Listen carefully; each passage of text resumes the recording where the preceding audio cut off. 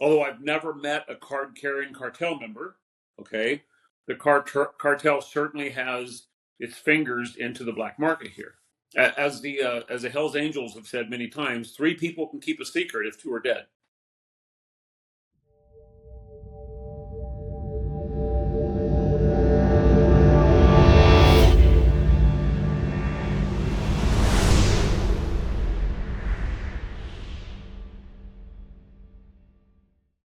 Our guest this week is Tom Allman, who spent a long period of time of his life as a sheriff in Mendocino County, California, which is, if you are familiar with the Emerald Triangle, Northern California, you know, the cannabis business. This is where he basically had to enforce the law. Yeah, and this is before marijuana and cannabis use and cannabis growing was, more regulated, more decriminalized in different places. He was really the sheriff when it was more of the Wild West, when there were large ranches and mountain ranges where illegal crops of marijuana were grown and processed, sold, right? And he was sort of in charge of dealing with those groups and those cartels and keeping the peace and enforcing the law. And it's a really interesting conversation because I think that he comes across as a guy who understood the benefit and the value and the asset that those places could be. He understood the business and what an asset that could be to the area. And he understood kind of the give and take between law enforcement, the growers, etc. And he has very definite views about what good law enforcement looks like when it comes to enforcing these laws and dealing with decriminalization and, dealing with these big groups. We'll get out of the way. Here's Tom Allman, former sheriff, Mendocino County, California. So, Tom, you and I have talked plenty about a couple of different things over the last couple of years, but I want to start with take us through how you got into law enforcement. Where you're from. What's the Tom Allman path into being in law enforcement? I guess I could give you the philosophical background that I had to get where I was, but I had never intended to be a law enforcement officer. I grew up in Garberville, which, if you know what the Emerald Triangle is, it's 3 counties in Northern California, which is Trinity, Humboldt, Mendocino, basically the nucleus of cannabis. I grew up in Garberville, so Southern Humboldt County, and I wanted to be a fireman. That's it. I just want to be a fireman. And the local volunteer fire chief, his name was Chris Christensen. When I was like 14 years old, he said, "If you ever smoke marijuana, you will never be a fireman." And it just scared the bejesus out of me because I wanted to be a fireman. And so I grew up in Garberville in cannabis culture. I was elected sheriff of Mendocino County in the cannabis culture. And I know that this right out of the bat, I'm doing the confessions here. I've never smoked cannabis. I've never smoked marijuana, but I wanted to be a fireman. I grew up with a very blue collar family. Mom, who's still alive, retired second grade teacher. My dad was an accountant for a lumber mill. I was the youngest of 4 kids, and unfortunately, one of my brothers was a veteran, and he committed suicide. So there's mom, my sister, my brother, and I. And we just grew up blue collar, the kind of Mayberry life that everybody, I guess, dreams about, of riding your bikes without helmets until the sun goes down and you hear your mom and you get home and take a bath and go to bed. And it was just a very, very lucky childhood where there was no drama. Parents didn't divorce. It was just an incredibly good time to be growing up in the 70s, where innocence really and truly was on every block and so forth. And then I went to college. And when I went to college, I had a girlfriend, and one Easter, she and I went to go stay with her sister and brother-in-law in Fairfield. And Fairfield, geographically, is almost exactly in between San Francisco and Sacramento in Northern California. And he was a city police officer, and he rode with me one night. And I really enjoyed getting to know Larry and getting to see the camaraderie and the work they did. And I applied to work for the city of Fairfield as a public safety officer. So I was both a firefighter and a non-sworn public safety officer. I didn't carry a gun. And after about a year of that, the chief asked my roommate and I if we wanted to go to the police academy. And we were 21 years old. And honestly, we had just never thought of it. And we're both going, oh my goodness, this guy's offering to send us to the police academy and to be police officers. We were young. We didn't put a lot of thought into tomorrow. Everything was focused on today.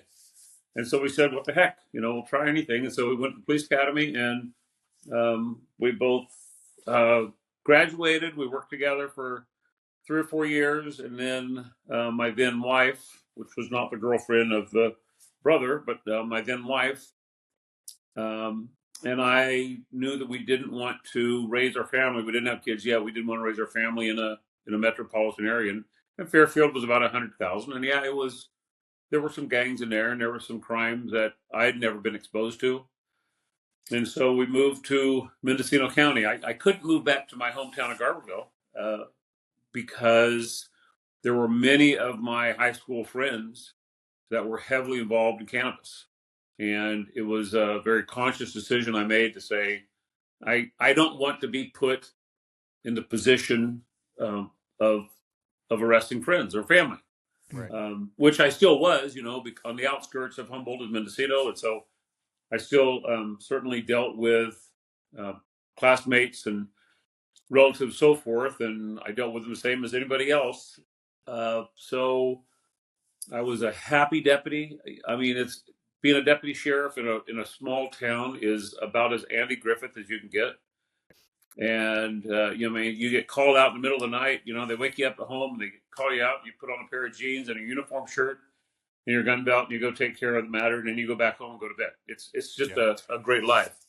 Then I spent a couple years in narcotics, promoted to sergeant, promoted to lieutenant, and then in 1999, when my midlife crisis happened, I went to work for the United Nations as a civilian peacekeeper in Kosovo, former Yugoslavia.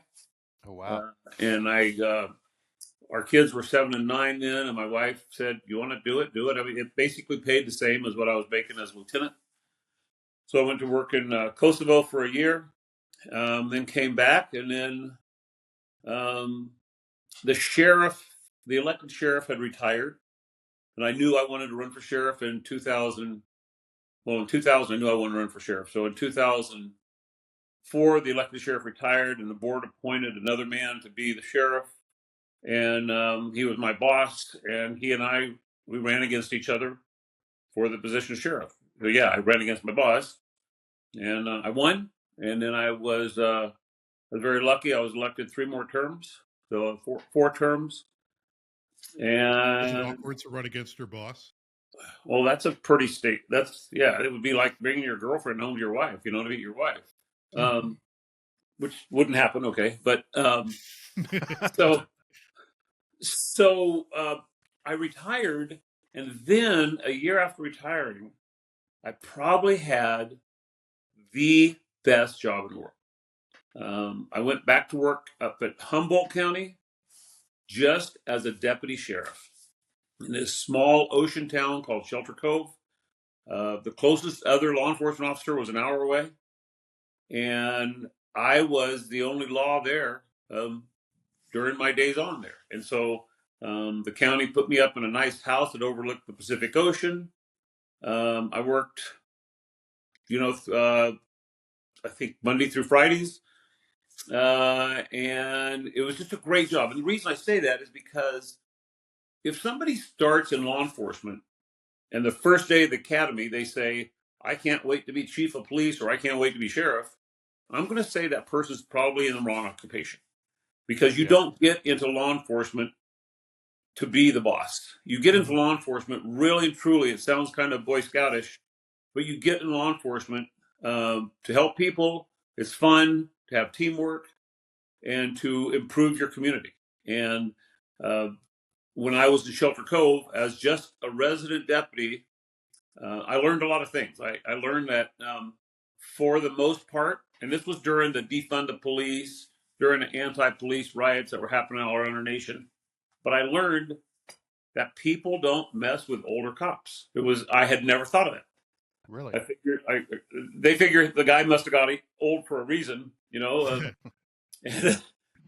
and I became part of the community, and I knew a lot of people there because it was about 35 miles from where I'd grown up.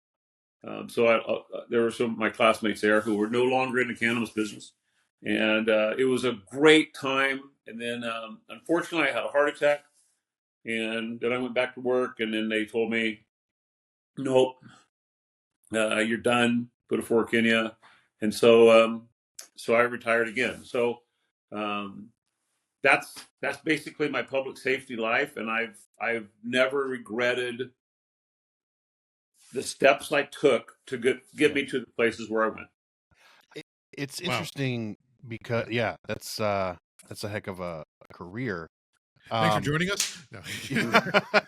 I want to talk about you talked about cannabis early on. I don't think I necessarily and I don't have a ton of familiarity with Northern California. And I guess I didn't realize how far back that the cannabis industry goes in that part of Yeah, the you keep state. using the phrase cannabis culture, and for people who may not be familiar with that, like, what do you mean? So growing up in Garberville, I was just a 8, 9-year-old kid when, and these are my dad's words, who's passed away. My dad's words, not mine. When the hippie movement began, and so in other words, when people from out of the area, at that time, my impression was they had longer hair, they wore patchouli oil, they drove Volkswagen buses, and they moved into the community, and they started growing marijuana. And of course, in a very conservative, religious, um, Republican family, marijuana was not a word that you could even speak about. Hmm. But that's what happened. And so when I say the cannabis culture, I'm talking every part of the community was touched by marijuana. And when I say that, certainly financial, the economics of our small town. And my dad owned a liquor store, for goodness sake. So he would have people come in and buy cases of booze in cash, and he would say, "Gosh, I've never heard of this." Usually they either write a check or we had a company credit, or people come in and sign, they get a bill at the end of the month. But the financial impact of marijuana certainly has affected every part of our Emerald Triangle. But then you get into the schools and the healthcare and the nonprofits, the volunteer firefighters, the car dealership. Every part of the community was touched by marijuana at that time. And I'm not saying that in a negative way. Right. When a small town is lucky enough to have people coming in and buying cars for cash and liquor for cash and lots of clothes and so forth, I mean that's almost like the gold rush in 1849 in California, where Hmm. the merchants were able to make payroll, order new stuff, and the marijuana culture was making it's basically a self-driven economy in small towns. From a law enforcement standpoint, can you talk about like the coexistence of you, right, as a sheriff and as a law enforcement officer, coexisting with this entire infrastructure, understanding the benefits of that infrastructure, but also at the same time, you are law enforcement and what they are doing is illegal. Like how did that all work? Well, and there is another side. I mean, and there is a negative side of it, and we can talk about that. Sure. But let me start by saying, as I said at the very beginning, I've never smoked it. I've never had an edible. I've never done that. I'm not saying I wouldn't. If I had a cancer or who knows, I've never done it recreationally. Well, shit, you can now. You're retired. I get it, and it's decriminalized. Yeah. But there's many concerns with cannabis that here's what I want to talk about a few things that I don't have the answer to. Sure. Cannabis let's start with this. Cannabis, when you smoke it or ingest it, for the most part, stays in your blood system for about 30 days. Traces of it. And put that fact over here. And then let's talk about when I was sheriff, if I had a law enforcement officer take the weekend off, go to some place because he really wouldn't do it in our county. But let's say he goes someplace, he takes a trip to another state where he smokes marijuana. Okay, then he comes back to work a week later. Everything's good. Of course, he doesn't say anything, and he gets in a shooting. Or he has to defend himself or protect the public, and he makes that ultimate decision of getting that piece of iron out of that leather and pulling the trigger and sending that piece of lead down and killing somebody. One of the things that would very possibly happen would be he would have a blood test taken to make sure that he was sober. And then the blood results would come back and somebody would say, "Hey, Sheriff, you got a minute? I need to tell you something." Well, what's that? Well, Deputy Smith had marijuana in the system. Well, I was never put in that position, but that certainly would be a legal possibility of it happening. And so as we go through the decriminalization of marijuana, and we're not done yet. I mean, there's still some tweaks that need to be, I guess tweak is not the right word here. There's some things that need to be taken care of on marijuana. There's some things that we still need to talk about. And with any social issue, whether it's marijuana, whether it's abortion, whether it's drunk driving, let me tell you, social issues, the more we, and I'm talking about we as a community, so certainly, a podcast is a big community, but the small town community, the more we talk about it, the absolute closer we are to some kind of rational decision where both sides have to give a little, and it can't be it's my way or the highway. On these social issues, there has to be give and take. And here we're, by the time this shows, maybe the election will be over by then.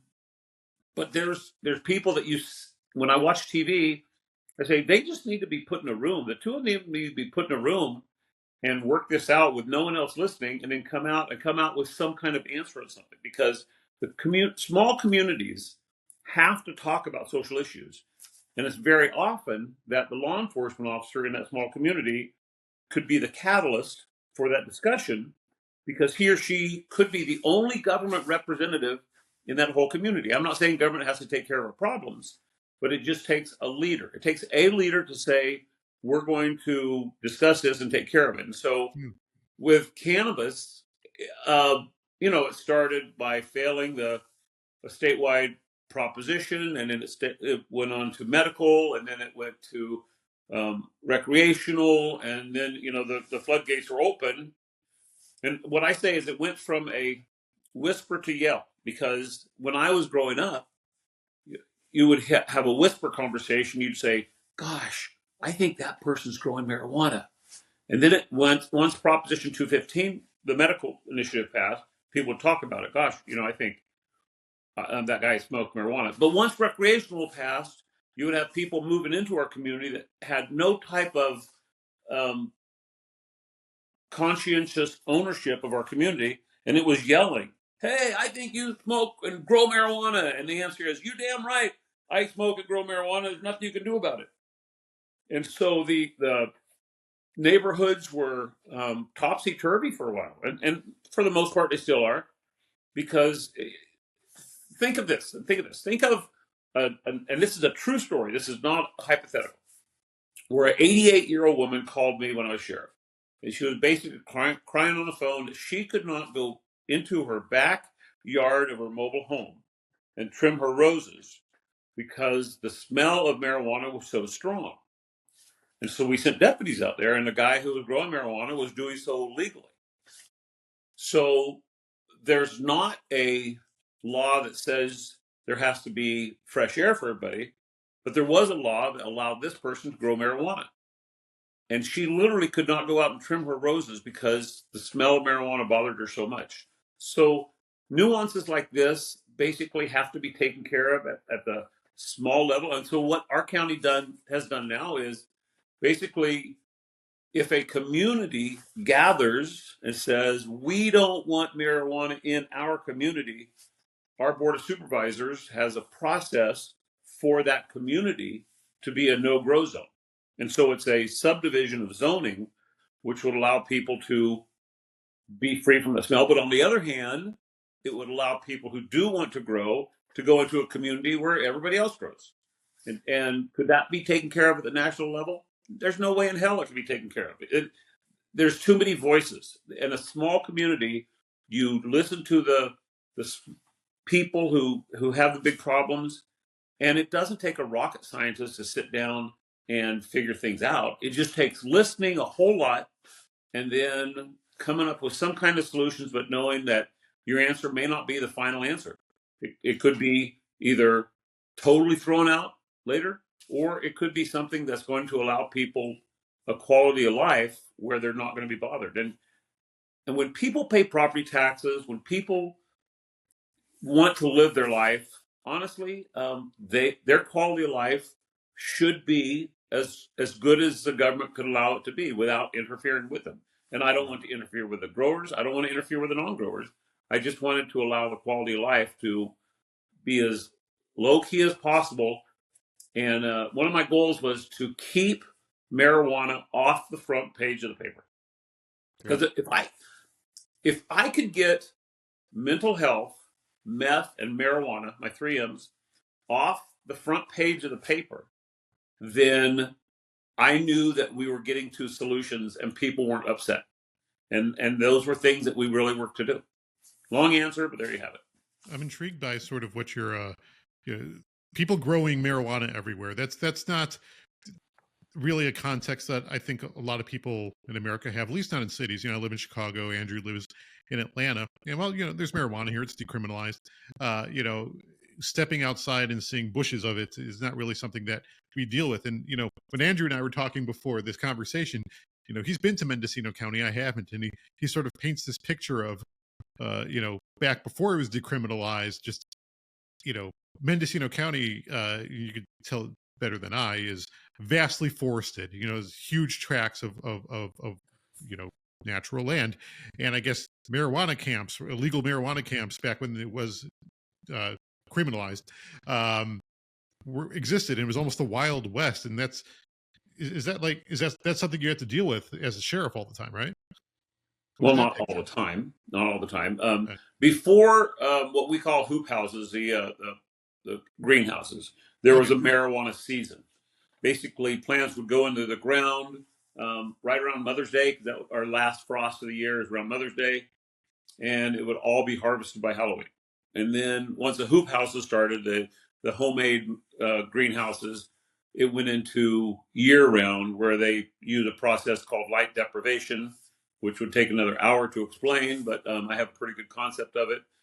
But when I say marijuana is grown everywhere, if you were at my house right now, here we are, and it's still at the tail end of growing season, within 5 minutes, I could easily, from public highways, show you 1,000 plants.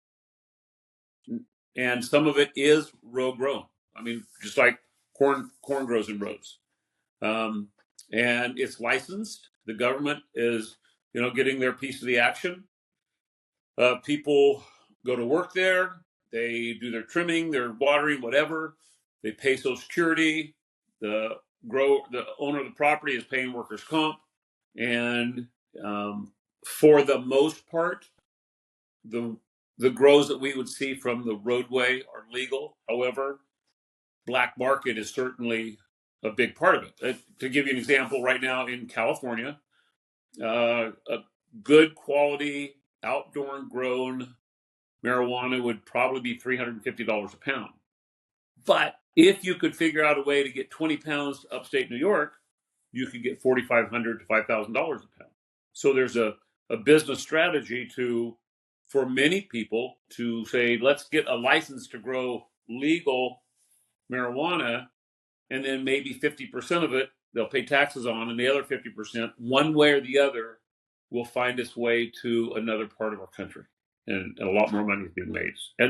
And with the high amount of taxes that the local county and state bureaucrats are wanting from marijuana.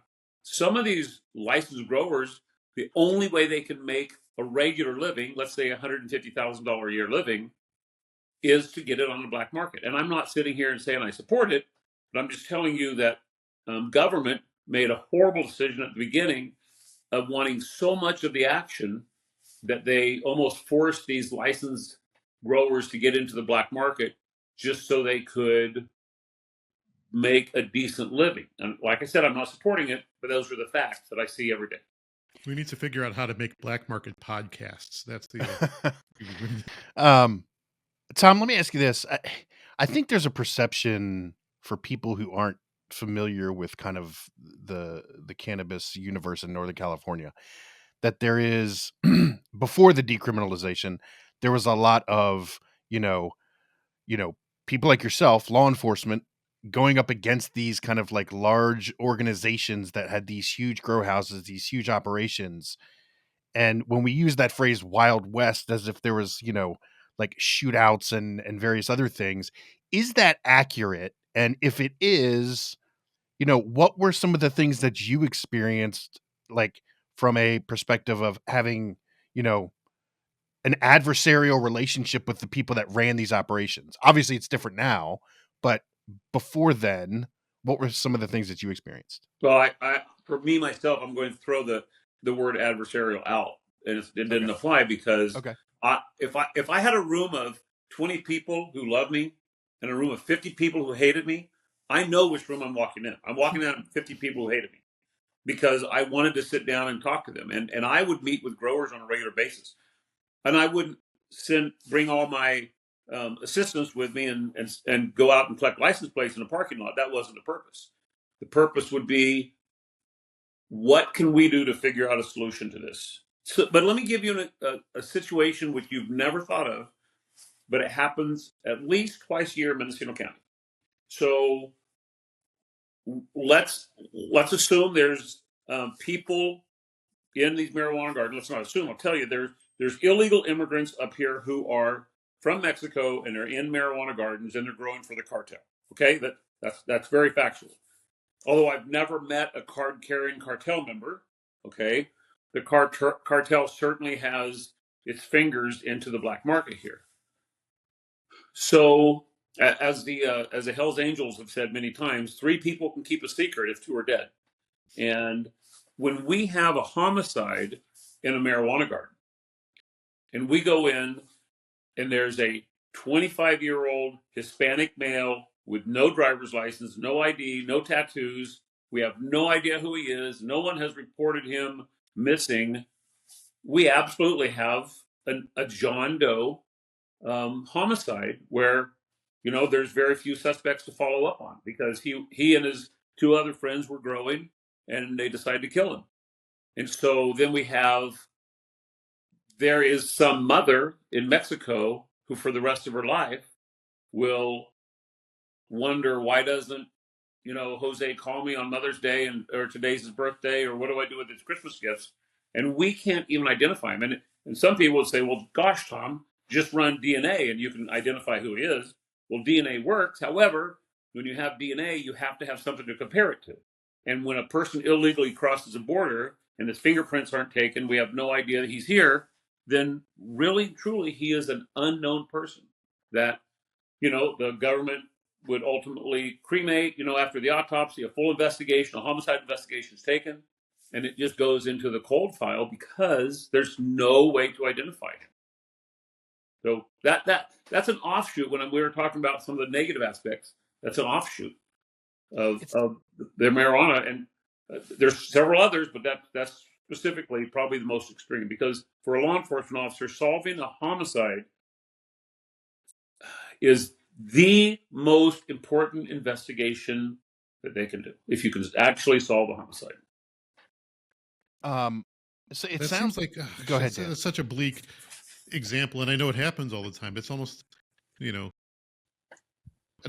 obviously I thought about solving homicides are important because you want to get killers off the street, but in that context, it's you want to give a person in death some meaning, right, or some it just, the concept of being murdered and no one knowing who I am or where I was or what happened to me, that's Right. horrible. That's horrible. I get it. Yeah. Tom, let me ask you this. This is a perfect place to kind of touch on something. The reason that you and I met was you obviously worked the Hart family crash, which for the people who are listening who may not know, this is the story of Jennifer and Sarah Hart, who had 6 adopted children, and over the course of time were kind of running from various social services that were beginning to see and understand the depths of abuse and neglect in their home.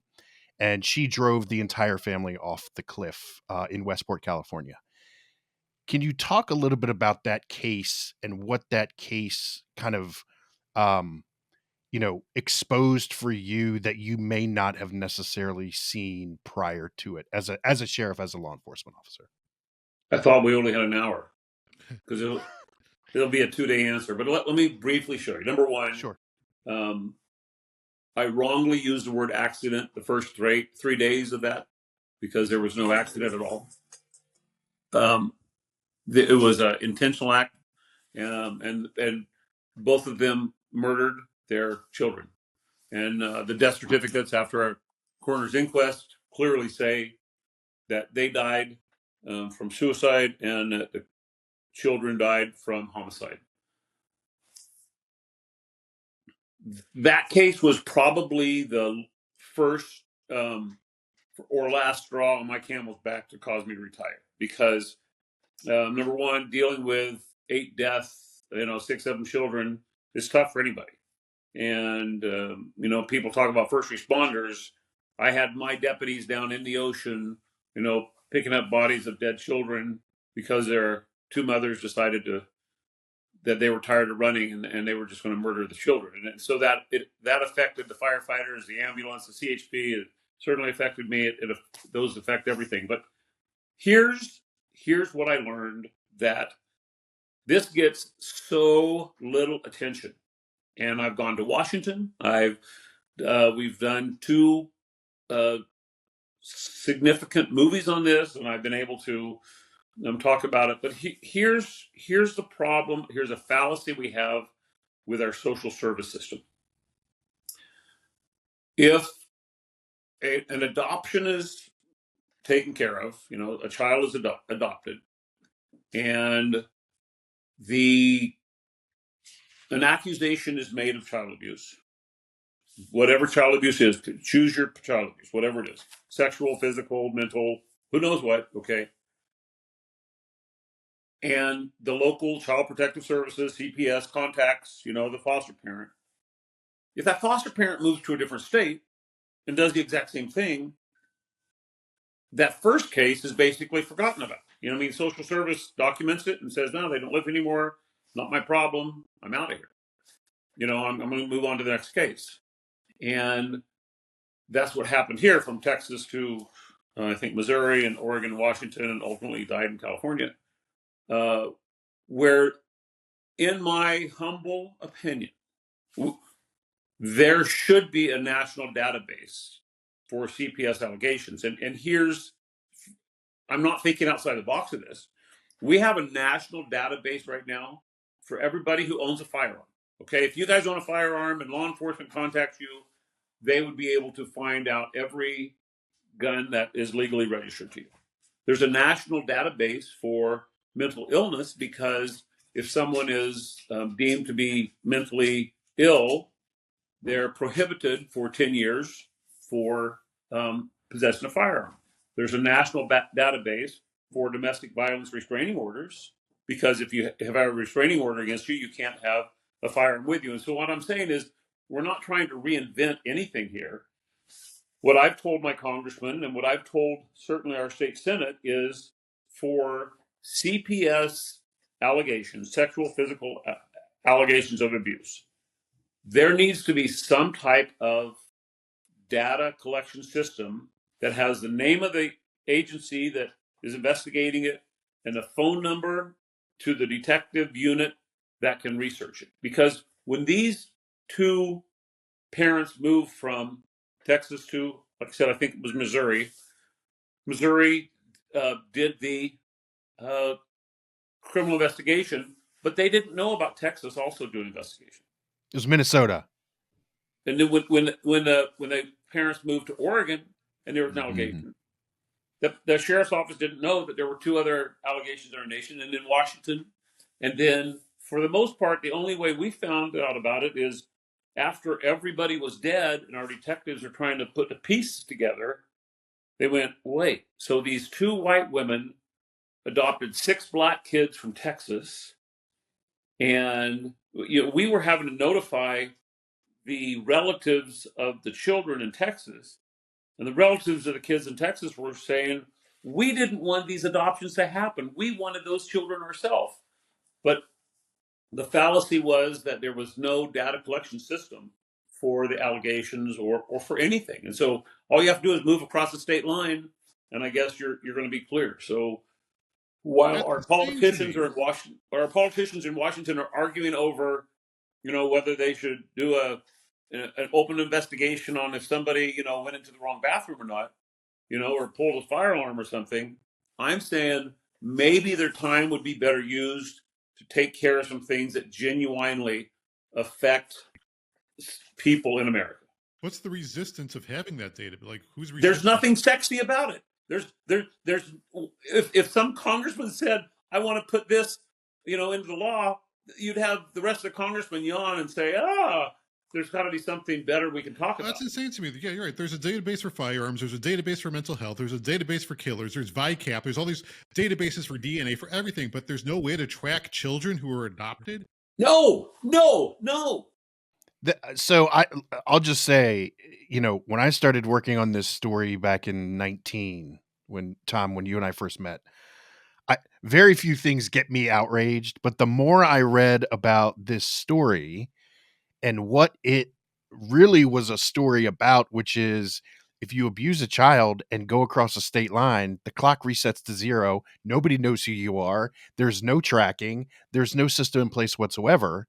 And so this was a story of these women they were literally outrunning these allegations because slowly more and more red flags started popping up. But try to get your elected official interested in that. That's a sleeper, man. They just don't get excited over it, even though it's life and death. Take abuse out of it. I mean, just even take abuse out of it. Like, if a child is in the system should know where the child is, right? Just... One would think, Dan, one would think. Gosh. So for you, I mean, policy aside, how did that case kind of, did that change your perspective as a law enforcement officer at all? Does it change my perspective? I don't know. I used to wake up in the world thinking the world was good, and 95% of the people in this town I babysit my kids or I'd buy a used car from. But you just never know.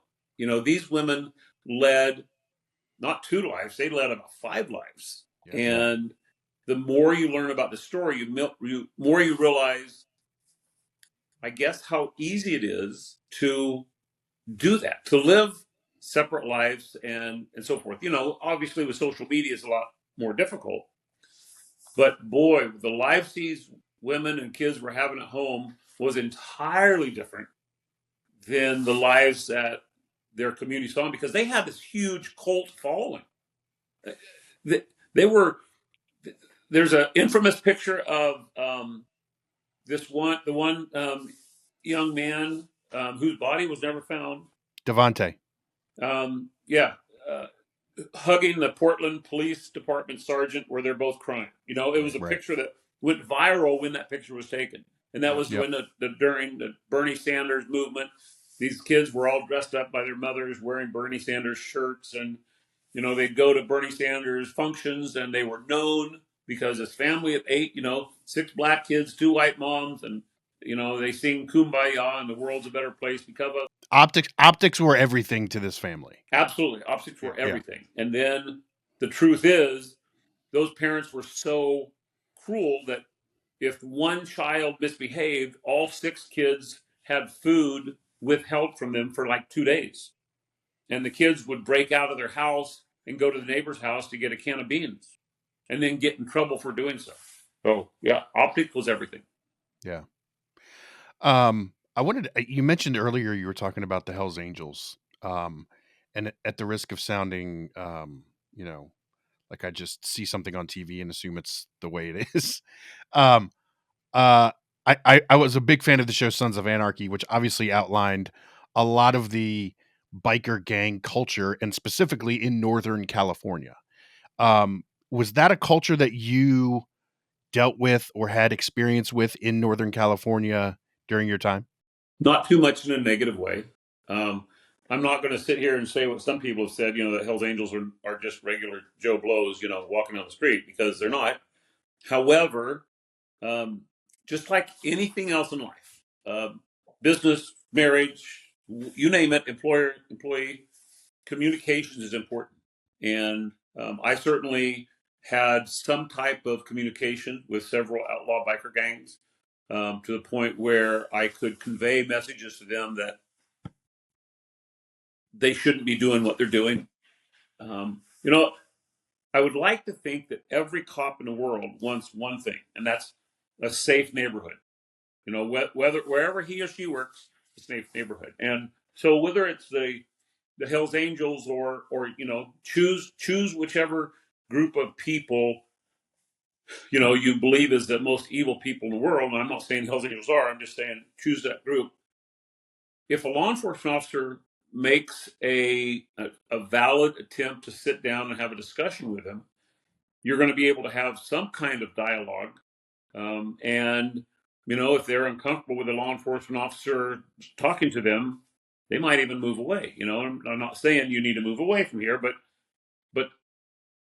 a sheriff or a chief of police or an authority figure with a law enforcement agency, if they meet with those people, I think that the communication could certainly make a safer neighborhood.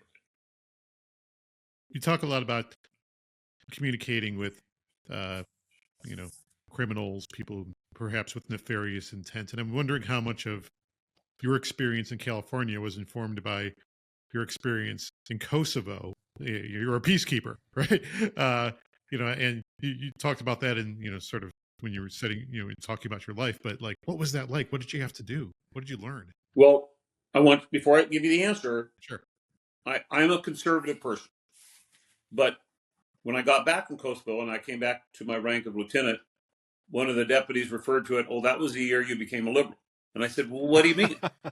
"Well, what do you mean that was the year I became a liberal?" And so he explained to me that I was putting less and less focus on drug crimes than I was on other crimes. And Kosovo taught me something very, very important. And let's go back to the role of peacekeeper, let's go all the way back to the Romans. When the Romans had gatekeepers, they were the peacekeepers, and they walked around and made sure that the bad guys were kept out of the walls of the city. Mm-hmm. That's really and truly a good model for a peacekeeper to have. And while I am not a person who says that drugs should be legalized or decriminalized, that's not what I'm saying at all. I'm telling you that victim crimes, assaults, burglaries, sexual assaults, homicides, you name it, have to play a priority in a law enforcement officer's day-to-day operations. And in Kosovo, that's what happened. I mean, we were investigating grenade attacks, genocide where bodies were thrown down wells, and we were retrieving those bodies, or we were investigating where entire villages had been annihilated because of their ethnicity, not for any other reason, but just because they were Albanian or Serbian or fill in the blank.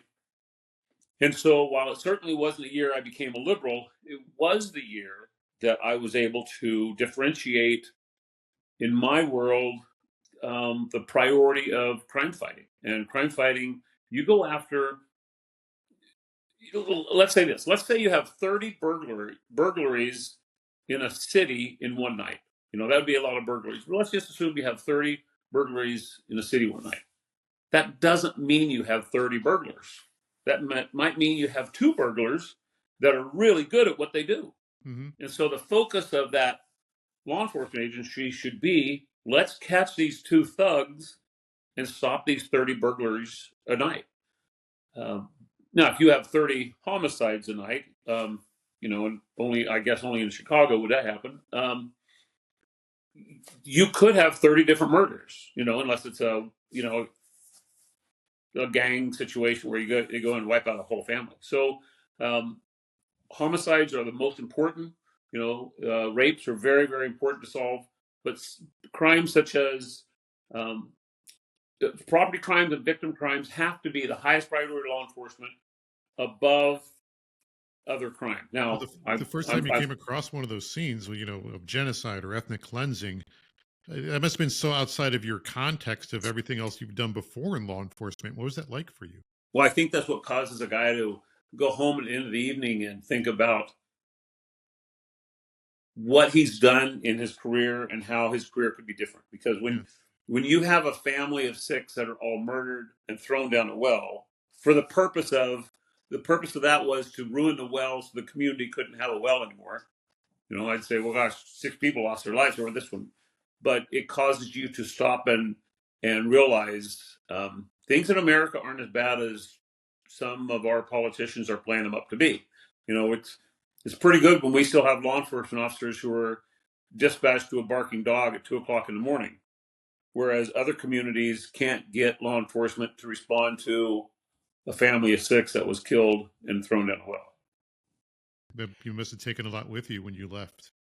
I wish I hadn't taken as much as I had, but yeah, law enforcement officers, and this is not a pity party for me, but let me just tell you, law enforcement officers see things, hear things, and we'll just see things and hear things that no one should ever have to see or hear. Yeah. No one should ever have to go and get a search warrant for somebody's computer and go to their office and look at nothing but child porn because it's about as sick can be. But somebody has to do that so we can get that pervert and put him in prison for a long time, because the pictures that have been forwarded to him are real kids who have been really hurt and they're really screwed up. But yeah, it only takes 6 or 7 homicide scenes for a guy to say to himself, either he's going to get out of the business or he's going to figure out a way to try to get that memory out of his Rolodex in his brain that's always going to be there.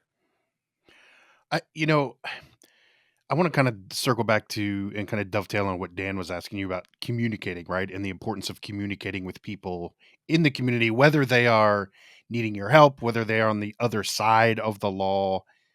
It seems to me like in our conversations that you put a priority on trying to understand people wherever they were on whatever side of the law they were on.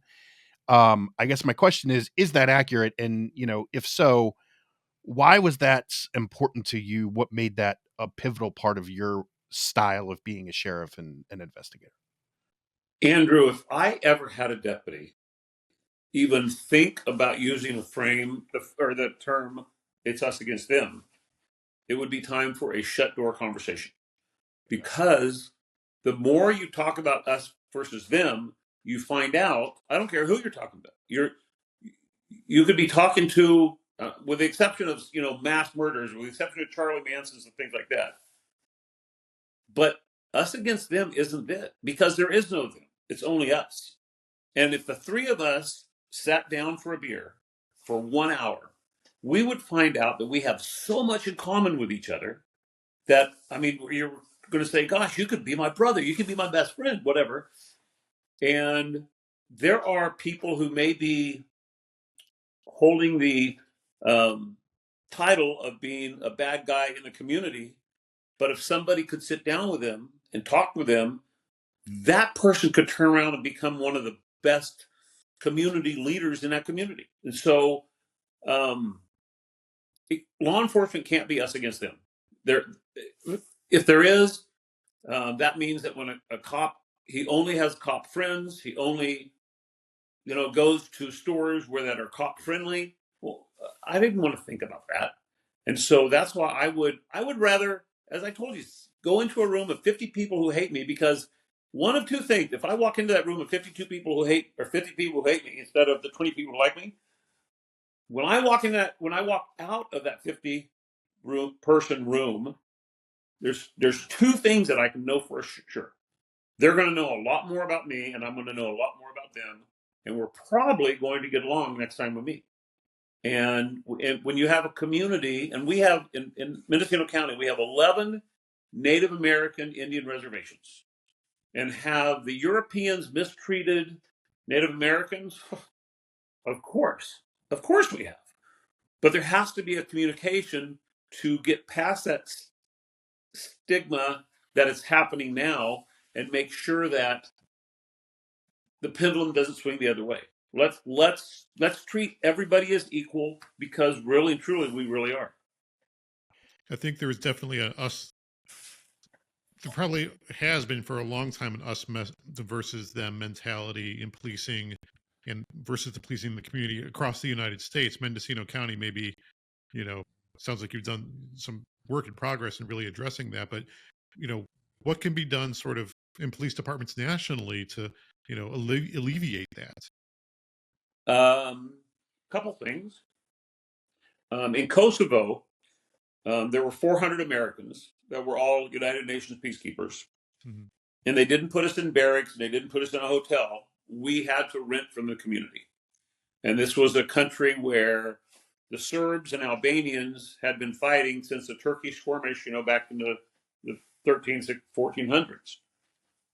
But when you have a law enforcement officer who lives in a community, who shops at the community, who gets his hair cut at the community, who kids go to the schools, and is seen as a regular person, honestly, there's a little bit of that law enforcement officer, as long as he or she is living a good life, there's some respect that's given to them, because they're part of us, and he's here to help us. He's here when we're in trouble. They're going to send him to help us, as opposed to sending a law enforcement officer from 100 miles away into a town to work an 8-hour shift, and he doesn't give a shit. He doesn't care if he doesn't stop at a stop sign because he's a law enforcement officer. Well, when you live in a small town and you're a law enforcement officer, if you're on a stoplight, everybody's going to tell you the next day, hey, you ran a stoplight yesterday. And there's it's mutual respect.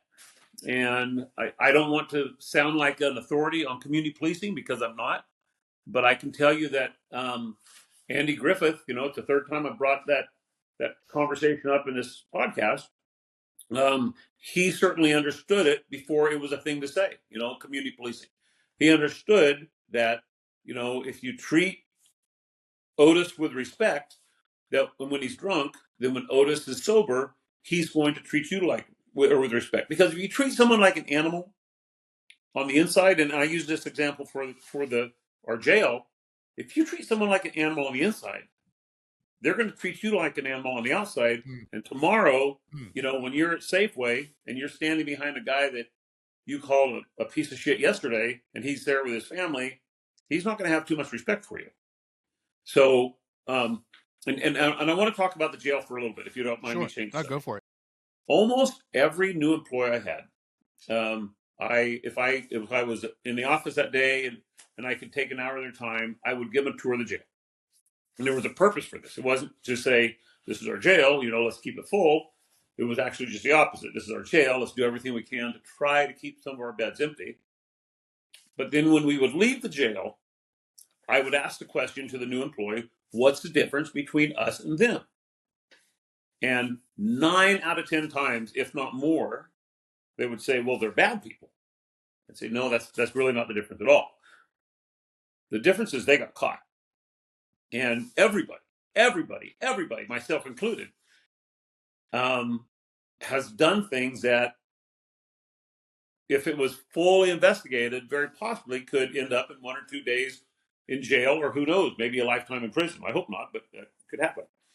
And so the people, the inmates in my jail, and it's a small county, or 89,000 people, 3,400 square miles. I, at any one time, would know 10 to 20% of the inmates in the jail. Either I would know them, or I'd know their parents or grandparents. And it's very important that a law enforcement agency treat a jail as what it should be, a court-ordered place where someone has to serve time, because that's what it is. I mean, the sheriff is just complying with a court order to lock this person up for 30 days and do everything they can to allow them to get a little bit better, whether it's getting them a high school diploma while they're in jail, or getting them in touch with a mental health therapist, or who knows what. But it goes back to the us against them. And I've arrested 3 people I've worked with. 2 of them were deputy sheriffs. When I was sheriff, we arrested them, and one of them was a narcotics partner I arrested. And we all make mistakes, but not everybody gets caught. And so the jails are not full of bad people. There certainly are bad people in jail. That there's a reason they're there, because the public safety is better. But if a jail is full, I'm telling you, it's not full of bad people. It's full of people who got caught, and there certainly is a percentage of those people who are very, very bad. Let me ask you this: the conversation we've had the last few minutes about your kind of way of your methods. You ever have that conversation with Joe Arpaio? I didn't get along with Joe Arpaio. The pink underwear, spending 10 cents a meal for him. I know that politically it did him very well. It made him the toughest sheriff in the country. He liked to call himself. And it's different strokes for different folks. I don't know if Joe Arpaio could leave his house and go to the shopping mall without some mom coming to him saying, "Do you know how they're treating my son right now?" But I certainly have had people come by my house and with their son when their son gets out of prison or gets out of jail, and say, "Thanks for giving him a little bit of dignity," and he's going to AA and he's going to get a job, and he's able to see his kids now, supervised visits, but at least we're doing that. And that's all you want as a law enforcement officer. That's a victory. A victory isn't sending someone to prison. Right. A victory is seeing someone get out of trouble and becoming a viable community member that isn't coming up on your radar every day. That this has me thinking. A sheriff is generally an elected position. Should it be? It seems like. Of course, it should be. Well, of course, it should be. Yeah, but where does politics? You have to run for something, right? And, right. Yeah, that has to conflict with good policing now and then, right? No, it doesn't. It's just the opposite. Well, it depends on the community, what the community. No, it depends on how the sheriff is doing his or her job, and the community should have the absolute right to choose for 4 years who's going to run the jail, take care of their streets, and I mean, even for a small community. It was I had a $32 million budget, and I was accountable to the citizens for my budget, how I run the jail, the lawsuits, so forth. I mean, it's absolutely. Though, there has to be political pressure from parties or the local machines or the state government, right? Like that's something you have to deal with. Well, there's the joke that sheriffs tell. Chiefs don't think it's so funny, but the question is what's the difference between a police chief and a sheriff? And the answer is a sheriff gets reelected every 4 years, and a police chief gets reelected every Tuesday night at 7 p.m. when the city council meets. Yeah. And so a sheriff can make a tough decision that may not be the smartest political decision in the world, but it's still a very important decision. Where if a chief of police makes a tough decision, there could be 3 out of the 5 city council people the next Tuesday that say, "We don't want you anymore. You're free to go." But the sheriff in California, the board of supervisors cannot tell a sheriff how to do his or her job, with the exception of the board of supervisors control the purse strings. And so it's like Congress and the president. The Congress is the legislative body. They control the budget. And the president just can't say, let's go to war against Russia. It would have to be funded and so forth. And the sheriff has the freedom to make decisions, but if he or she makes horrible decisions, there's a chance that the funding could be cut, and it will not be as easy to make a decision like that in the future. Tom, I got two questions for you. The first one is, because we're trying to be mindful of your time, what is the most common misconception right now in 2024 that the public has about a sheriff and their job and their role? That it's easy. Yeah, there's really nothing easy about it. Um, uh, a misconception would be, that cops can get away with things. They can't. A misconception would be, we sit around and eat donuts. We don't. Um, let's talk about the reality of. The reality is first responders, um, and specifically law enforcement. It's not just a 40-hour week job. When there's a homicide, and I'm not sheriff right now, and I'm very thankful for that. But let's say there's a homicide today.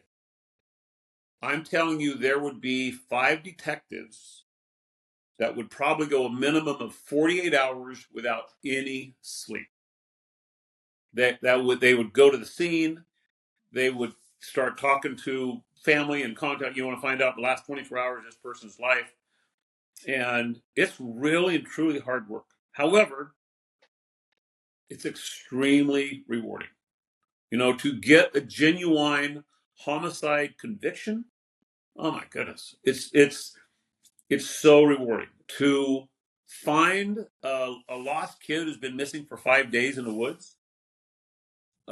There's no feeling better than that. I mean, that's emotional for everyone. Cops, parents, everybody. I mean, news reporters, everybody's crying. I don't know if there's any misconception. Certainly, the crime shows on TV might be fun to watch, but like I was talking about, if we find a homicide victim in a marijuana field, if that was a TV show drama, they would have that solved in 1 hour. And we're sitting here doing everything we can technologically, working with the State Department of Justice, working with the FBI, and you just come up with no leads, of who is it, who did it, or who's our victim, and so forth.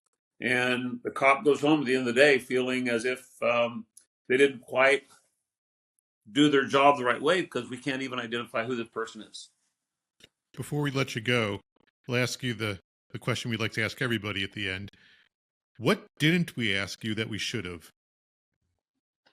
Well, that's a good question. And I certainly, when I would do background investigations on hiring people, I would say, what question have I asked? I didn't. And it was always a good question. I think you covered everything. Cops are people. And when a cop makes a decision to pull the trigger, the next day we all know what the newspapers are going to say, and we all know what blogs are going to say. And one of the things I told my deputies, when there was a shooting, please listen to me on this one. Don't read blogs. Don't read. If you want to read a newspaper article, that's fine, but don't read the comments. It would be so easy to go down and read the comments, and the people who are making comments have no clue about, who what happened, what transpired, and until all the evidence comes out, the sheriff or police chief, he doesn't know what transpired. But I would like to think that if the law enforcement officer did something wrong, that the right thing will happen. Because a police chief does not want, the sheriff doesn't want the wrong person doing things like that. There's a reason that in California we have psychologicals. We have a whole bunch of tests before someone becomes a law enforcement officer. We don't want the Jeffrey Dahmers of the world all of a sudden getting into law enforcement. Law enforcement has the ability to do something that not even the president of the United States has the ability to do.